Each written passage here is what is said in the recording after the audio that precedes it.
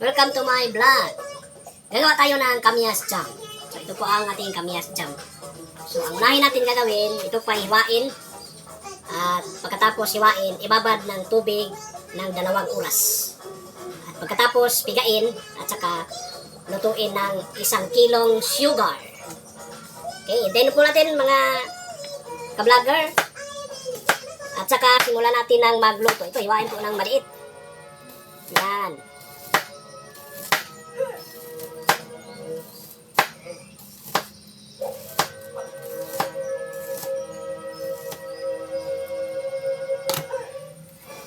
Okay na.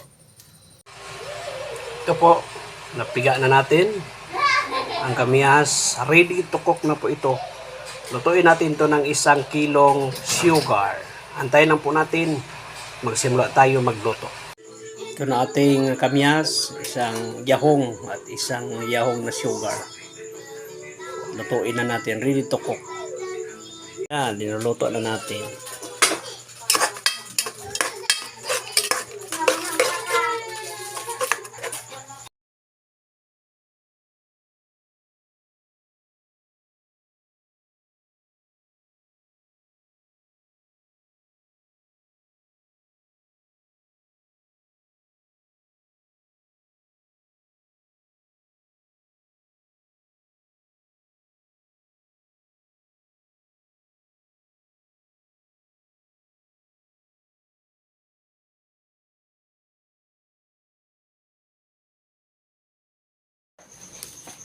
Okay, good morning.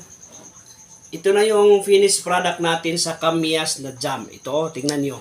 Uy, nahiwi man. Ito, masarap siya. So, ilagay natin to sa tinapay. Yan. Actually, masarap siya eh. Tikman natin ha. Anong lasa? Anong lasa? Kamyas jam talaga. Masarap. Pwede ito pang sa tinapay, pang palaman. Yan. Anong lasa? Anong lasa? Matamis. Parang Matamis na may kahalong asim. oh, basta matamis siya. Yan. At saka, parisan po natin ng kape. Okay.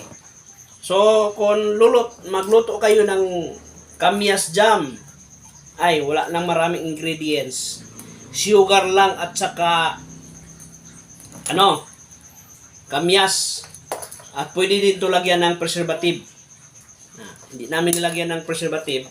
Pero kung gusto na tatagal siya, pwede po siya lalagyan. Optional po din siya. Pero kung kinabukasan ay kainin o pwede ibinta, so lalagyan po natin ng